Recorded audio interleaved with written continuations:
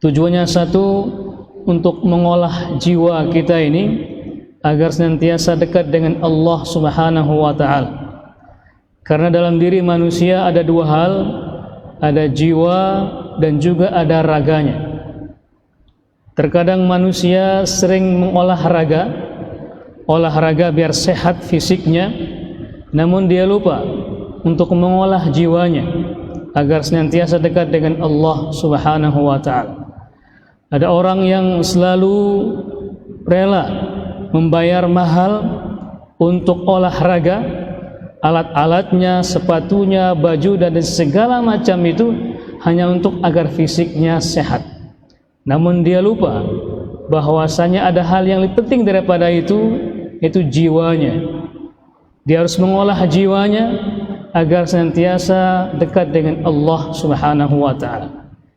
Seorang yang ketika fisiknya sakit misalnya, dia tahu ketika fisiknya sakit, ketika makan tidak enak, tidur tidak nyenyak, maka dia pun berusaha mencari obatnya agar fisiknya sehat, agar makannya enak dan juga tidur juga nyenyak. Namun dia tidak pernah memperhatikan jiwanya, apakah sakit ataupun tidak. Dan obat yang paling mujarab untuk mengolah jiwa kita yaitu dengan membaca Al-Quranul Karim. Minimal kita membaca Al-Quranul Karim. Kalau kita makan misalnya, fisik kita tidak menikmati makanan tersebut, berarti fisik kita sedang sakit. Nah, begitu juga jiwa kita ini, rohani kita ini.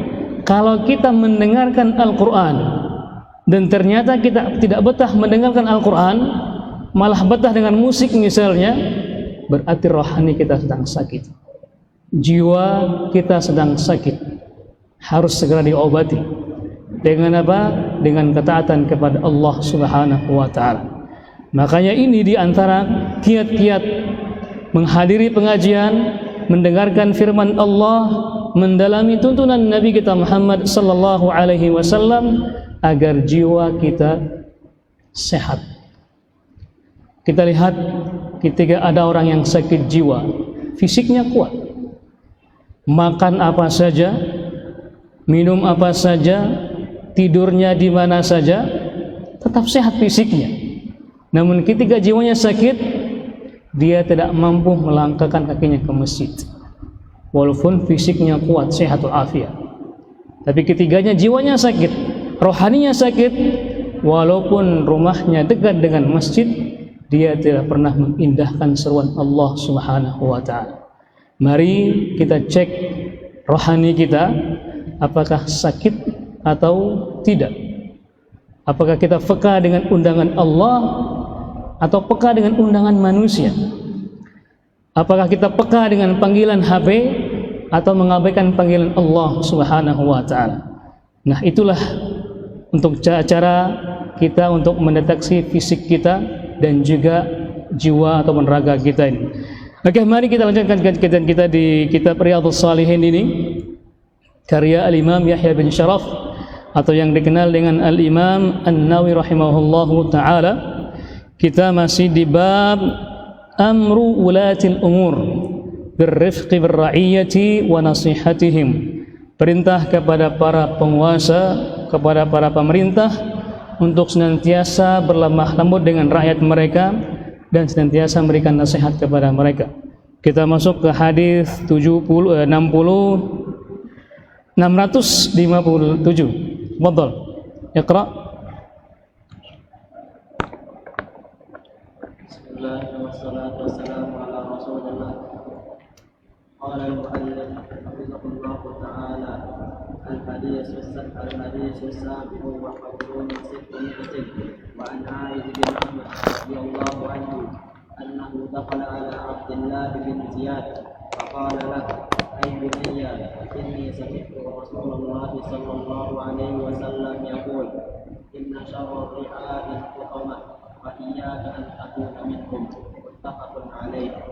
Naam, hadis yang ke-657 ini dari sahabat A'idh bin Amr radhiyallahu anhu annahu dakhala ala Ubaidillah bin Ziyad.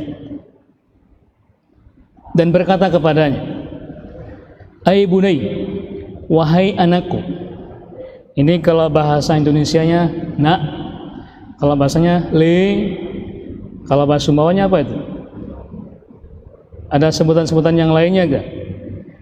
Kata beliau, "Inni sami'tu Rasulullah sallallahu alaihi wasallam yaqul." Sesungguhnya aku mendengar Nabi sallallahu alaihi wasallam bersabda. Ini penting ini untuk para penguasa, baik dari tingkat RT sampai ke yang tertinggi.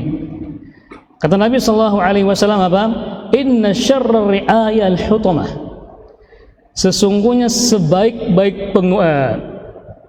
seburuk-buruk penguasa adalah penguasa yang zalim. Seburuk-buruk penguasa adalah penguasa yang zalim. Zalim di sini diibaratkan dengan hutamah. Hutamah itu adalah arang yang sudah gosong sekali. Begitu kejamnya pemimpin itu sehingga rakyatnya itu seperti arang yang sudah gosong. Kalau arang untuk bakar masih bisa dimanfaatkan, tapi arang yang sudah jadi abu ya, itu begitu kejamnya kezaliman penguasa. Nah, Nabi sallallahu alaihi wasallam mengatakan seburuk-buruk penguasa yaitu penguasa yang zalim kepada rakyatnya. Dan Nabi mengatakan, "Fa iyyaka an takuna minhum." Berhati-hatilah kamu jangan sampai kamu jadi seperti mereka. Seperti penguasa yang zalim. Nah, kalau hadis-hadis ini kita bahas tentang penguasa yang zalim, nanti bab ini akan ada bab yang baru yang namanya al-imamul adil, penguasa yang adil. Dan juga Imam Nawawi juga mengatakan hadis tentang imam yang adil tersebut. Nah, di sini Nabi sallallahu alaihi wasallam memberikan kita peringatan kepada semua kita. Semua kita dengan tanpa pengecualian. Kepada kaum muslimin yang belum menjadi penguasa, kalau hanya untuk menjadi orang yang zalim, jangan seperti itu. Dan kepada penguasa yang sudah berkuasa, ketika zalim kepada rakyatnya, hati-hati. Karena amanah itu datang dari Allah Subhanahu wa taala, maka kembali kepada Allah Subhanahu wa taala, kan kita akan mempertanggungjawabkan kepada Allah Subhanahu wa taala, dan siksaannya juga Allah yang memberikannya. Ketika penguasa itu berbuat kezaliman kepada rakyatnya. Hadis ini muttafaqun alaih, artinya hadis yang diriwayatkan oleh Imam Al-Bukhari dan juga Imam Muslim dengan lafaz dan redaksi yang sama, bunyi yang sama. Hadis ini sudah pernah kita bahas di bab sebelumnya, bab al-amru bil ma'ruf wan nahyu 'anil munkar. Hadis ini hadis yang mana lafadznya itu lafadz yang hanya dimiliki oleh Imam Muslim, di mana Imam Al-Bukhari tidak meriwayatkan hadis dengan lafadz seperti ini. Ada mati lampu?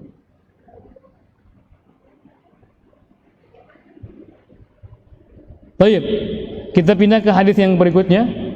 Hadis yang terakhir dari bab ini, hadis yang ke-658. Iqra.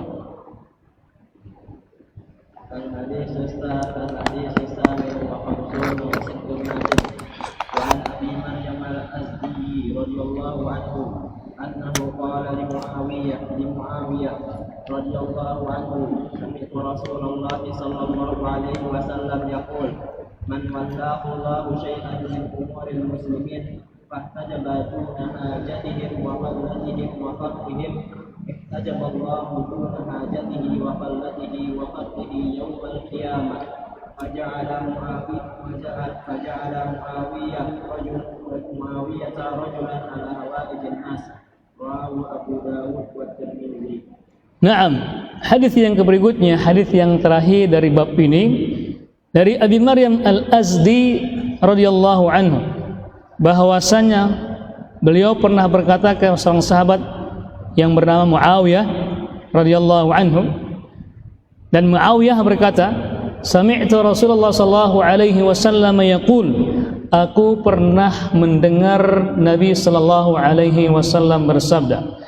Kalau kita bahas tentang ilmu hadis, ketika perawi mengatakan aku mendengar, ini adalah lafaz yang sangat tinggi periwayatannya. Kenapa? Langsung mendengar dari orangnya, dari sumbernya. Sami'tu Rasulullah sallallahu alaihi wasallam. Aku mendengar langsung dari Nabi sallallahu alaihi wasallam. Apa perkataan Nabi, sabda Nabi? Man wallahu Allahu syai'an min umur muslimin. Barang siapa yang ditakdirkan oleh Allah menjadi penguasanya kepada kaum muslimin.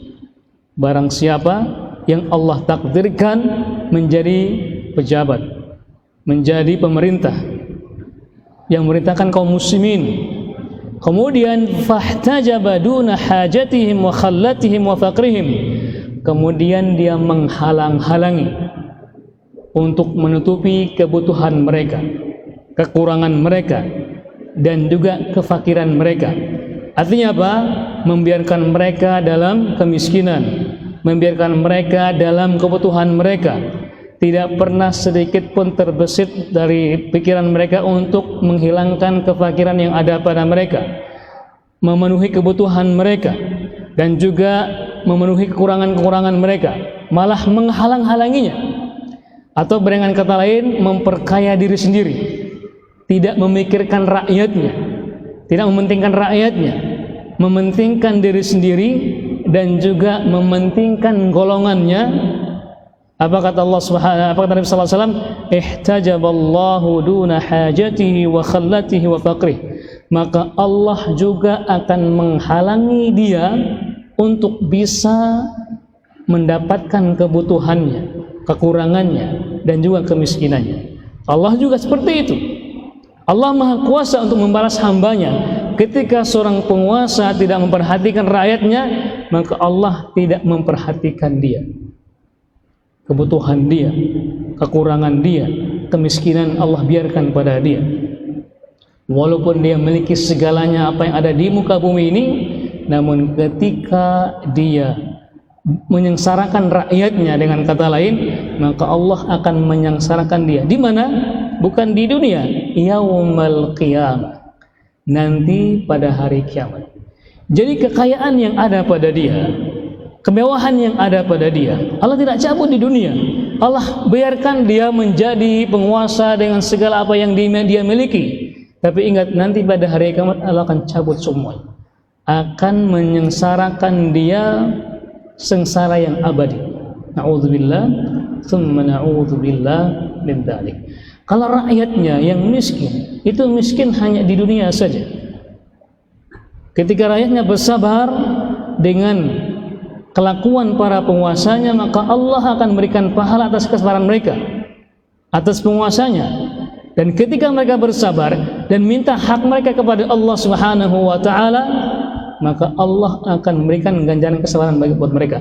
Namun penguasa, ketika mereka zalim kepada rakyatnya, maka ingat, balasan Allah lebih pedih kepada mereka, bukan di dunia, tapi di akhirat kelak. Makanya harus berhati-hati. Hadits ini diriwayatkan oleh sebelumnya, faja'ala Muawiyah rajulan ala hawajin nas. Nah, Muawiyah ketika menjadi khalifah setelah Khulafa ar-Rasyidun, langsung menunjukkan seorang menjadi pemimpin yang mampu memperhatikan rakyat mereka, rakyat-rakyatnya.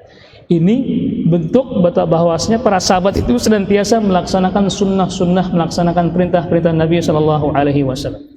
Hadits ini hadits Imam Abu Dawud dan juga At-Tirmidzi.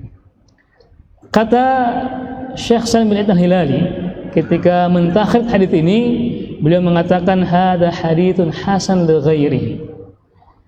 Asal muasalnya hadits ini dhaif, lemah. Dari segi periwayatannya lemah, tapi karena ada hadits-hadits yang lainnya dengan lafaz yang lainnya yang menguatkan hadits ini, sehingga beliau mengatakan hadza hadits hasan li ghairihi. Hadits ini hasan, baik, disebabkan karena ada sebab yang lainnya, ada pendukung yang lainnya yang menguatkan hadits ini. Hadits ini riwayatnya Abu Dawud dan juga Imam At-Tirmidzi rahimahumallahu taala. Baik, mari kita, apa sih yang dapat kita ambil dari hadits ini? Apa faedah yang dapat kita ambil dari hadits ini? Yang pertama, seperti yang pernah kita bahas sebelumnya, bahwasannya al-jaza min jinsil amal, bahwasannya balasan itu setimpal dengan perbuatannya. Ketika orang berbuat baik, maka tentu Allah akan membalasnya dengan kebaikan. Namun kebalikannya, ketika ada orang yang berbuat buruk, maka Allah juga membalas dengan keburukan. Makanya jangan pernah kita mengharap balasan dari manusia. Mengharaplah balasan dari Allah Subhanahu wa ta'ala. Kenapa? Karena terkadang orang itu ketika dia berbuat baik, dia pamer kepada manusia yang lain, seakan-akan dia orang yang paling baik di muka bumi. Ingat, kalau kita memamerkannya kepada manusia, ingat manusia itu tidak mencari itu. Sebaik apapun kebaikan yang pernah kita perbuat, ketika kita punya satu kesalahan, manusia akan melupakan ribuan kebaikan kita dan mencari satu keburukan itu. Itulah manusia. Itulah manusia. Sebanyak apapun kebaikan yang kita laksanakan selama usia kita, misalnya kita laksanakan kebaikan, kalau hanya untuk diberitakan oleh manusia, ingat satu keburukan kita laksanakan akan menutup semua kebaikan-kebaikan itu. Itulah sifat manusia, selalu melihat keburukan dan melupakan kebaikan manusia. Namun Allah Subhanahu wa ta'ala, sekecil apapun kebaikan, Allah akan mengabadikan. Maka berbuat baiklah karena Allah, bukan karena manusia. Bukan untuk menagih simpati manusia, tapi menagih simpati Allah Subhanahu wa ta'ala. Dan itulah ciri khas orang yang ikhlas kepada Allah Subhanahu wa ta'ala, terutama kepada orang-orang fakir, miskin, dan punya kebutuhan. Ketika kita baik dengan mereka dan cinta dengan mereka, dan kita tidak punya alasan dunia untuk mencintai mereka. Kenapa? Mereka miskin, mereka tidak punya apa, mencintai mereka, itu ciri dia ikhlas kepada Allah Subhanahu wa ta'ala. Kalau kita mencintai pejabat, penguasa, orang kaya, wajar. Kenapa? Karena kita punya alasan untuk mencintai mereka. Mereka kenapa? Mereka punya jabatan, mereka punya kekayaan, wajar kita senang dengan mereka. Kenapa? Karena kita punya alasan untuk mencintai mereka. Namun ketika cinta kita kepada orang fakir miskin, kita nggak punya alasan dunia. Maka itulah contoh keikhlasan ketika seorang itu mencintai fakir dan juga miskin. Dan orang-orang yang beramal kebaikan karena Allah Subhanahu wa ta'ala, maka Allah juga akan membalas dengan kebaikan. Makanya kepada para penguasa, ketika mereka mencintai fakir dan miskin, maka Allah lebih mencintai mereka. Namun kebalikannya, hanya mencintai orang-orang yang punya saja, berarti ada niat yang lain untuk mencintai mereka. Na'udzubillah, thumma na'udzubillah min dzalik. Apalagi misalnya setahu rakyat yang miskin, menambahkan miskin lagi, menambahkan penderitaan mereka, berarti sudah menyusahkan rakyatnya, maka Allah akan menyusahkan mereka. Na'udzubillah, thumma na'udzubillah min dzalik. Yang berikutnya, dari hadis yang kita baca tadi itu, ada peringatan yang sangat keras dari Nabi SAW kepada para penguasa agar mereka senantiasa memenuhi dan memperhatikan rakyat mereka. Harus mendengarkan keluhan-keluhan mereka, memperhatikan apa yang mereka butuhkan, dan harus mendata berapa orang yang fakir dan juga miskin, sehingga zakat-zakat itu bisa diberikan kepada orang yang berhak menerimanya. Itulah bedanya zakat dengan pajak. Kalau pajak itu tidak ada keberkahan, tapi kalau zakat, Allah senantiasa menambahkan, yanmu wa yanmu, terus bertambah dan bertambah. Makanya negara-negara atau ketika ada orang menerapkan zakat, itulah cara formula yang paling pantas untuk mengentaskan kemiskinan yang ada di muka bumi, dengan zakat, infak dan sedekah, bukan dengan pajak. Di mana bedanya? Kalau ada rumah misalnya, rumah itu ketika disewakan maka ada zakatnya, ketika tidak disewakan nggak ada zakatnya.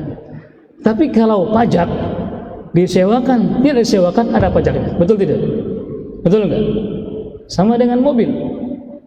Mobil disewakan tidak, ada nggak pajaknya? Ada tiap tahun. Oh, zakat tidak. Ketika mobilnya disewakan, ada zakatnya. Tidak, tidak ada zakat. Itulah bedanya zakat dengan pajak. Maka dalam Islam nggak ada pajak. Pajak itu asal muasalnya diberikan kepada orang-orang yang kafir dhimmi, non-muslim, yang tinggal di daerah kaum muslimin. Karena mereka tidak punya zakat, maka mereka membayar pajak. Itu bedanya pajak dengan zakat. Makanya kalau kita ingin mengentaskan kemiskinan, yang paling baik di dunia ini adalah dengan menerapkan zakat, infak, dan sedekah.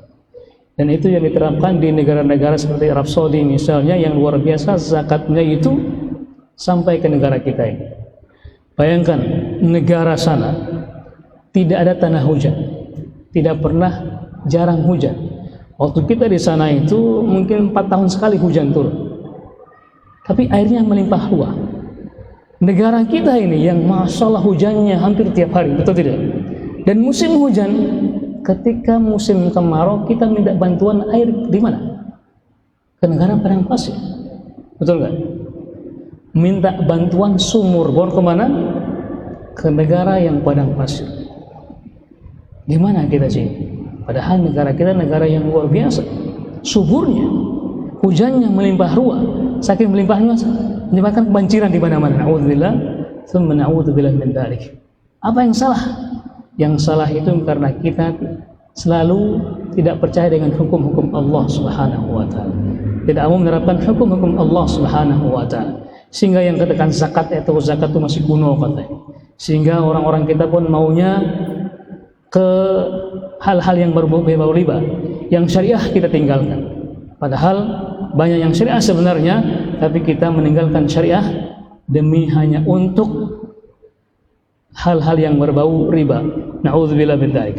Tapi yang berikutnya, hikmah yang berikutnya, yaitu betapa semangatnya para sahabat untuk senantiasa melaksanakan perintah nabinya. Itulah Muawiyah tadi, ketika mendengarkan sabda Nabi Sallallahu Alaihi Wasallam, langsung menunjuk para gubernurnya, yaitu gubernurnya yang selalu peka dengan kondisi rakyatnya, selalu mencintai rakyatnya, langsung menunjuk para penguasa-penguasanya di bawah khalifah beliau.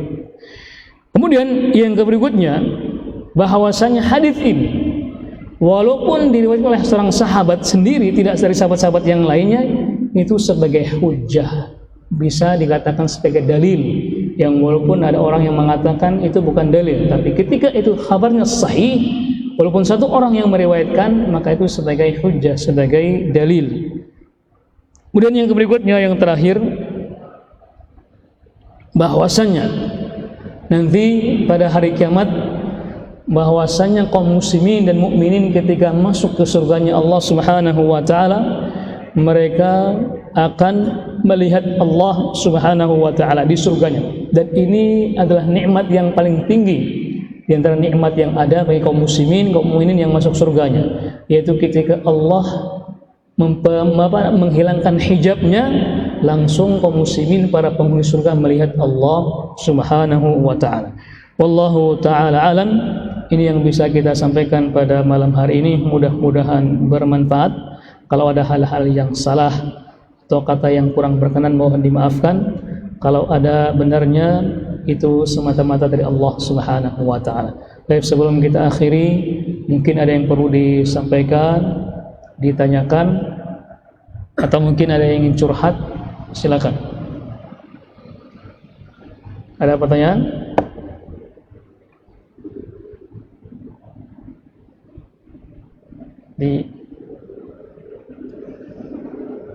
Jazakallah khair. Masya Allah. Assalamualaikum warahmatullahi wabarakatuh. Pak Ustadz, semoga Pak Ustadz selalu dalam keadaan sehat, amin ya rabbal alamin.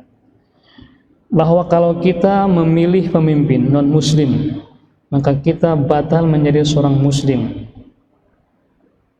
Al-Maidah ayat 51. Pertanyaannya adalah, bagaimana nasib saudara muslim kita yang harus memilih pemimpin yang kandidatnya non-muslim, misalnya suatu negara mayoritas non-muslim.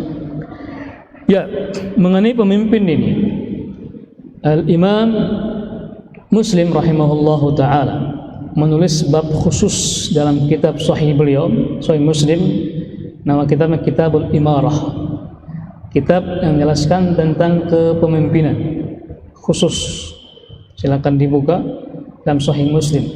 Di antaranya sikap kita terhadap pemimpin yang zalim. Kemudian juga sikap bagaimana kalau pemimpinnya yang non-muslim. Yang non-muslim. Yang non-muslim itu diceritakan dalam kisah hijrahnya sebagian sahabat ke negeri Habasyah. Ke negeri Habasyah. Yang mana pemimpinnya adalah pemimpin yang non-muslim pada saat itu, Raja Habatha. Tapi Nabi SAW ketika mengetahui bahwa walaupun itu negara non-muslim, raja non-muslim, tapi Nabi menyuruh sahabatnya untuk berhijrah ke sana. Kenapa? Karena pemimpinnya adil. Pemimpinnya adil. Hanya untuk mendapatkan keamanan saja fisik mereka. Walaupun banyak alat rintangannya dan juga pemimpinnya masih bukan pemimpin yang muslim, tapi karena syarat keamanan, maka akhirnya pun Nabi SAW berpesan kepada sahabat-sahabatnya, pergilah ke sana, ke negeri Habasyah, karena sungguhnya di sana ada seorang pemimpin yang adil, yang walaupun non-muslim. Nah, sama juga ketika seorang non-muslim, seorang muslim berada dan hidup di negara non-Islam, berada dan ketika dia menjadi warga negara di situ, misalnya dia muslim dan dia berada di situ, maka dia tidak punya pilihan lain kecuali untuk taat dan patuh di situ. Kenapa dia tidak punya pilihan? Kecuali dia mau berhijrah misalnya. Kecuali dia mau berhijrah, ingin pergi ke negara muslim, maka itu juga hal yang boleh dan dianjurkan. Seperti hijrahnya Nabi kita Muhammad SAW dari Mekah ke Madinah pada saat itu. Mekah di saat itu negaranya kafir atau muslim? Kafir, masih kafir pada saat itu. Kemudian berhijrah ke Madinah yang sudah muslim semuanya, walaupun masih ada yang belum Islam sebagian. Tetapi Nabi berhijrah dari negara kafir ke negara muslim. Nah, dari kisah sejarah ini ada dua bentuk hijrah di situ. Yang pertama dari negara kufur ke negara yang amin. Negara yang kufur, negara Mekah saat itu, ke negara yang penuh dengan aman, walaupun sama-sama kafir. Walaupun sama-sama kafir. Nah, kalau kita tinggal di daerah yang penuh dengan kezaliman, dari kafir misalnya, pergi ke negara yang kafir pula, tapi dengan penuh rasa aman, maka tidak dibolehkan. Seperti hijrahnya para sahabat. Atau yang kedua, dari negara yang kufur ke negara yang penuh dengan keimanan, yaitu negara dari Mekah yang kafir pada saat itu ke negara Madinah yang merasa aman. Tapi ketika kaum muslimin sudah banyak yang ada di Mekah dan semuanya sudah masuk Islam, kata Nabi, la hijrata ba'dal yaum. Artinya tidak ada hijrah dari Mekah ke negara manapun. Kenapa? Karena Mekah sudah menjadi negara Islam. Bisa ngerti ya? Bisa ngerti. Maka itu jawabannya, wallahu ta'ala. Ada lagi? Nah, akademik.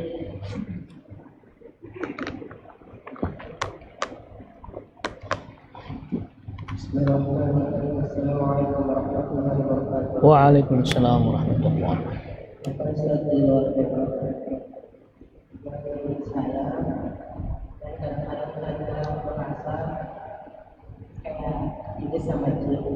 Apakah ini ujian pondok atau masyarakat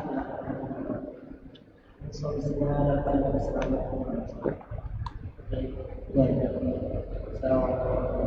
Waalaikumsalam warahmatullahi wabarakatuh. Ini ada pengalaman pribadi sebagai santri, katanya ketika dia tidur seperti ditindih oleh jin, ya, antara sadar dan tidak sadar. Saya rasa semua kita pernah merasakan itu, ya. Kalau bahasa mappingnya itu serusu kalau nggak maksud. Iya, serusu ya. Semua juga serusu ya. Kalau Jawanya ketindihan. Iya, ketindihan namanya. Artinya serasa kita seperti itu. Nah, ini terjadi ketika seorang tidur dalam kecapean.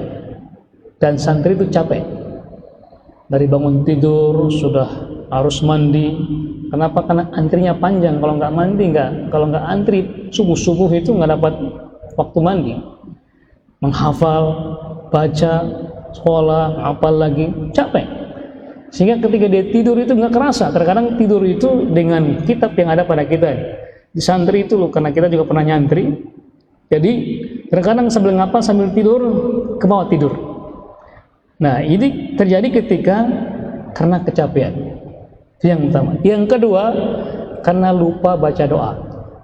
Lupa, ya otomatis ketika kecapean berarti kan lupa baca doa. Doa tidur kan, sehingga syaitan pun mengganggu dia. Maka bagaimana cara mengobatinya? Karena kondisi seperti ini, dia itu merasakan seperti sadar dan tidak sadar, setengah-setengah antara sadar dan tidak sadar. Maka bagaimana cara mengobatinya? Dengan cara segera membaca ta'awudz, kemudian membaca al-mu'awwidhan, al-ikhlas, an-nas, al-falaq, dan apa lagi apa? Al-ikhlas ya, apa? Ayat kursi juga bisa. Ayat kursi juga bisa. Jadi wala bil falaq, al-falaq, an-nas, dan al-ikhlas. Masing-masing 3 kali. Dan sekuat tenaga membacanya. Terkadang kita susah membaca itu, tapi berusaha untuk membaca. Dengan demikian lama-lama insya Allah akan sadar. Dan ketika bangun dia ngos-ngosan biasanya. Itu.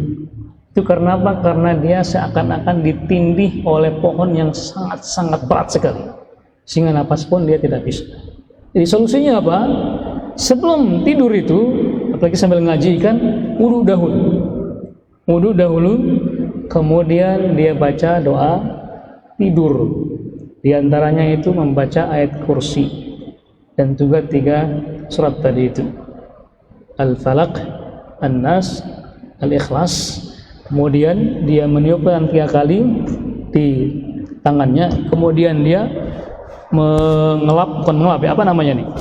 mengusap semua tubuh yang bisa dijangkau oleh tangannya 3 kali pula.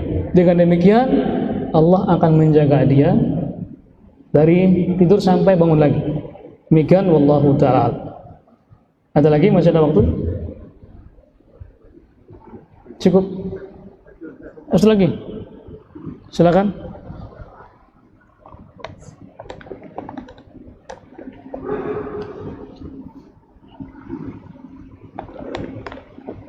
Assalamualaikum warahmatullahi wabarakatuh. Waalaikumsalam warahmatullahi wabarakatuh. Sebuah pertanyaan. Saya juga pernah mengalami seperti dulu, seperti ini, tapi sadar tidak sadar. Saya pasti mengucapkan doa. Itu hanya sekedar masukan. Ya. Tapi kita sadar tidak sadar mengucapkan doa.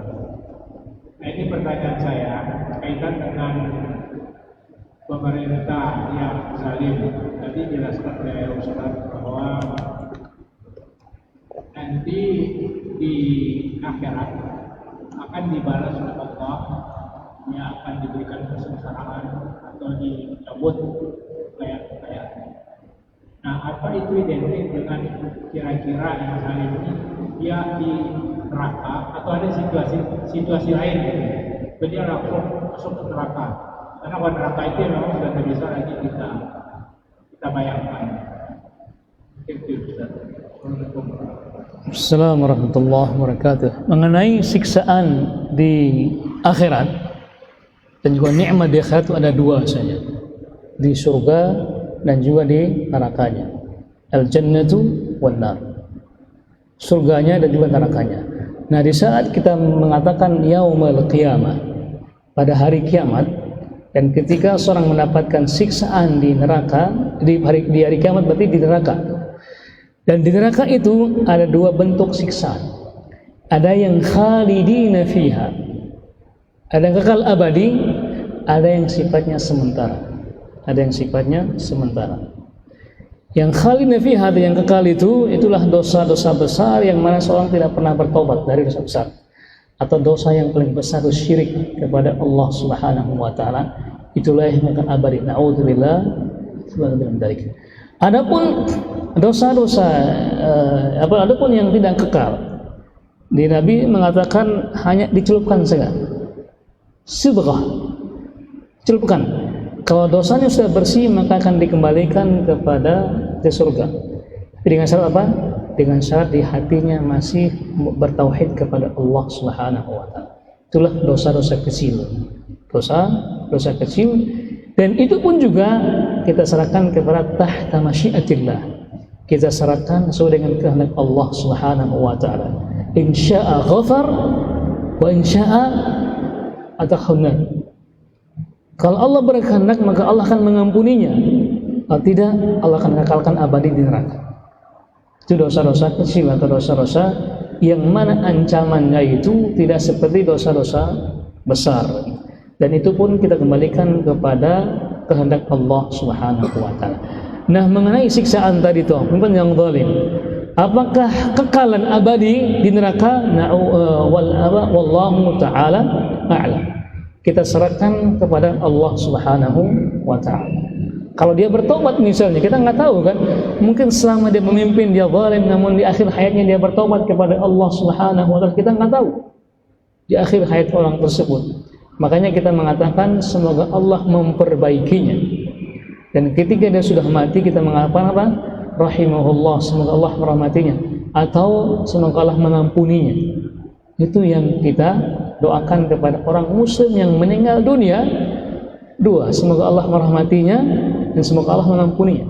Dan kita tidak boleh mengecap dia karena dia berarti kafir atau masuk neraka. Tidak. Kita serahkan kepada Allah Subhanahu wa taala, dan kita pun berdoa kepada Allah Subhanahu wa taala agar dia dirahmati Allah dan semoga Allah mengampuninya. Wallahu taala. Cukup ya, sudah waktu. Masih ada waktu? Ya, terakhir mungkin ada lagi yang terakhir. Kalau tidak ada, kita akhiri dengan ada terakhir ya. Silakan. Yang singkat padat. Assalamualaikum. Waalaikumsalam. Nah, Kita ambil contoh dari seorang kepala desa kita yang hubungannya kemarin karena setiap hari berkata Ustaz. Memang dia seorang pemimpin yang adil juga kepada kita sebagai rakyatnya, tapi hubungannya dengan Allah memang baguslah. Salat 5 waktunya, kalau dia mau salat terbuka, kapan namanya Ustaz?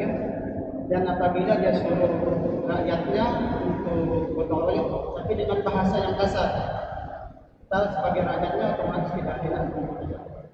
Apakah boleh kita keluar untuk mengikuti perintahnya, pemimpin yang seperti ini juga, apabila dia dengan bahasa yang kasar? Assalamualaikum warahmatullahi wabarakatuh. waalaikumsalam warahmatullahi wabarakatuh. Ingat barometernya selama dia itu masih melaksanakan sholat, walaupun sholatnya masih kadang-kadang, bahasa mapinnya itu latri pagar, tahu ya latri pagar ya, artinya kadang-kadang sholat kadang-kadang tidak. Kalau masih melaksanakan sholat walaupun jarang-jarang, masih kita punya kewajiban untuk mentaatinya.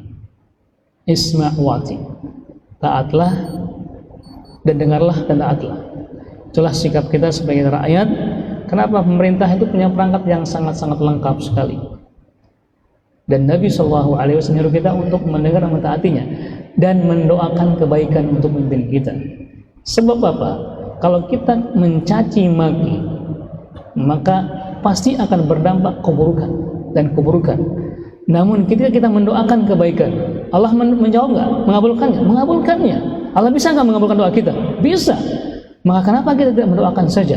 Semoga Allah memperbaiki dia, dan juga dengan kebaikan memimpin itu akan melahirkan kebijakan-kebijakan yang baik pula untuk rakyatnya. Maka jangan pernah bosan-bosan menaikkan kebaikan untuk pemimpin kita. Wallahu ta'ala alam. Yang bisa kita sampaikan kita akhiri dengan doa majelis. Subhanakallahumma bihamdika asyhadu an la ilaha illa anta wa astaghfiruka wa atubu ilaik. Wassalamualaikum warahmatullahi wabarakatuh.